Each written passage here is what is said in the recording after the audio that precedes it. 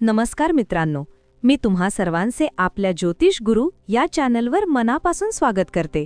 मित्रांनो, आजचा हा ज्योतिषाचा कार्यक्रम मेष राशीच्या सर्व प्रियजनांसाठी खूपच खास आहे. मेष राशी डिसेंबर 2025 चे मासिक राशीफल. डिसेंबर 2025 तुमच्यासाठी कसा राहील? आणि एवढंच नव्हे तर आरोग्य, शिक्षण, प्रेम, लग्नजीवन, भाग्य, करिअर, व्यवसाय सगळेच विषय मी तुम्हाला सविस्तर सांगणार आहे. हे वर्ष जाताना कसं दिसतंय, या महिन्यात काय पॉझिटिव्ह आहे, कुठे काळजी घ्यावी लागेल, सगळं सांगणार आहे. चला तर मग वेळ वाया न घालवता थेट सुरुवात करूया. तत्पूर्वी जर चॅनलवर नवीन असाल तर चॅनलला सबस्क्राईब करून बेल आयकॉन प्रेस करा आणि कमेंटमध्ये श्री स्वामी समर्थ लिहायला विसरू नका. हा कार्यक्रम तुमच्या जन्मराशी चंद्र राशीवर आधारित आहे. चला जाणून घेऊया डिसेंबर महिन्यात मेष राशीच्या व्यक्तींसाठी काय काय घेऊन येतोय. मित्रांनो, तुमची राशी मेष. राशी स्वामी आहेत मंगळ ग्रह. सध्या मंगळ तुमच्या 8व्या भावात सूर्य आणि शुक्रासोबत आहेत. 7व्या भावात बुध, 4थ्या भावात गुरु, 5व्या भावात केतू, 11व्या भावात राहू आणि शनी 12व्या भावात आहेत. म्हणजे तुमची 7.5 ही सुरू आहे. हा गोचर आहे, ग्रहांचं ट्रान्झिट आहे. आता सर्वप्रथम तुमच्या आरोग्याबद्दल बोलूया. राशी स्वामी मंगळ 8व्या भावात आहेत, पण 7 डिसेंबरला ते 9व्या भावात येतील. सूर्यही 16 डिसेंबरपर्यंत 8व्या भावातच राहतील. गुरु 4 डिसेंबरपासून 3ऱ्या भावात येतील. तर आरोग्याच्या बाबतीत फारशी चिंता नाही, पण 16 डिसेंबरपर्यंत थोडं सांभाळायचं आहे. पोटाचं, डोळ्यांत जळजळ किंवा बाहेरचं जेवण खाण्याचं विशेष काळजी घ्या. मास्क नक्की घाला, कारण पंचमेश सूर्य 8व्या भावात आहेत. पोटाशी संबंधित काही त्रास होऊ शकतो, पण 16 डिसेंबर नंतर सगळं उत्तम. 4 ते 16 डिसेंबर दरम्यान लिव्हर, पचन आणि पोट यांचं विशेष लक्ष ठेवा. त्यानंतर मात्र आरोग्य छान राहील.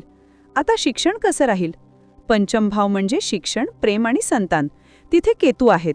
जर तुमचा एखादा सरकारी परीक्षा किंवा महत्त्वाचा पेपर 16 डिसेंबर नंतर असेल तर खूप चांगला योग आहे. 16 डिसेंबर पूर्वी थोडासा कमकुवत वाटेल, पण त्यानंतर निर्णय घेण्याची क्षमता, अभ्यासात एकाग्रता सगळं उत्तम राहील. प्रेम संबंधाबद्दल बोलायचं तर एप्रिल-मे 2025 पासून छोट्या गोष्टींवर गैरसमज, नाराजी, एकमेकांचा स्वभाव समजत नसल्यासारखं वाटलं असेल ना? कमेंटमध्ये नक्की सांगा. या महिन्यातही 16 डिसेंबरपर्यंत छोट्या गोष्टींवर भांडणं वाढू शकतात, बोलणं बंद होऊ शकतं. पण 16 डिसेंबर नंतर सूर्य 9व्या भावात आल्यावर प्रेमात खूप सुधार होईल, गैरसमज दूर होतील, एकमेकांचं मन पुन्हा जवळ येईल. फक्त आता संयम ठेवा. लग्नजीवन कसं राहील? सप्तम भावात बुध आहेत, म्हणजे 6वे आणि 3रे स्वामी. तर सप्तमेश शुक्र 8व्या भावात आहेत. 20 डिसेंबरपर्यंत जोडीदाराच्या आरोग्यात थोडी स्किन अलर्जी, इन्फेक्शन किंवा लग्नजीवनात थोडे मतभेद दिसतात.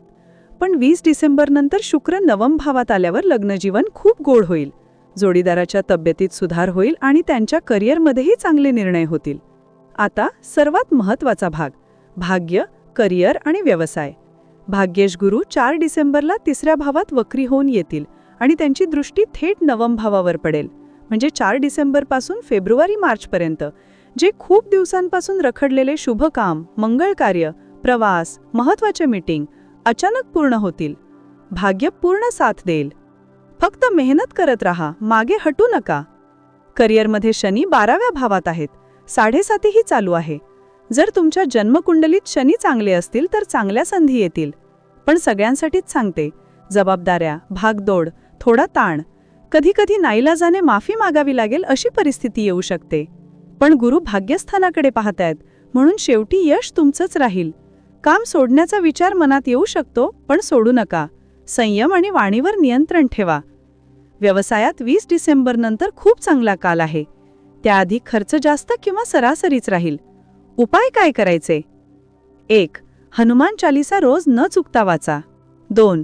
लग्न जीवनासाठी शुक्राचा बीजमंत्र ओम द्रान ध्रीन द्रौं सह शुक्राय नमः 108 वेळा. करिअरसाठी शनीचा बीजमंत्र ओम प्राण प्रीम प्रौं सह शनैश्चराय नमः. 3. मंगळाचा बीजमंत्र ओम क्रान क्रीन क्रौं सह ध्रौमाय नमः. 4. उगवत्या सूर्याला तांब्याच्या लोट्यातून जल अर्पण करा. व्हिडिओ कसा वाटला? लाईक करा, शेअर करा, सबस्क्राईब करायला विसरू नका. श्री स्वामी समर्थ. धन्यवाद.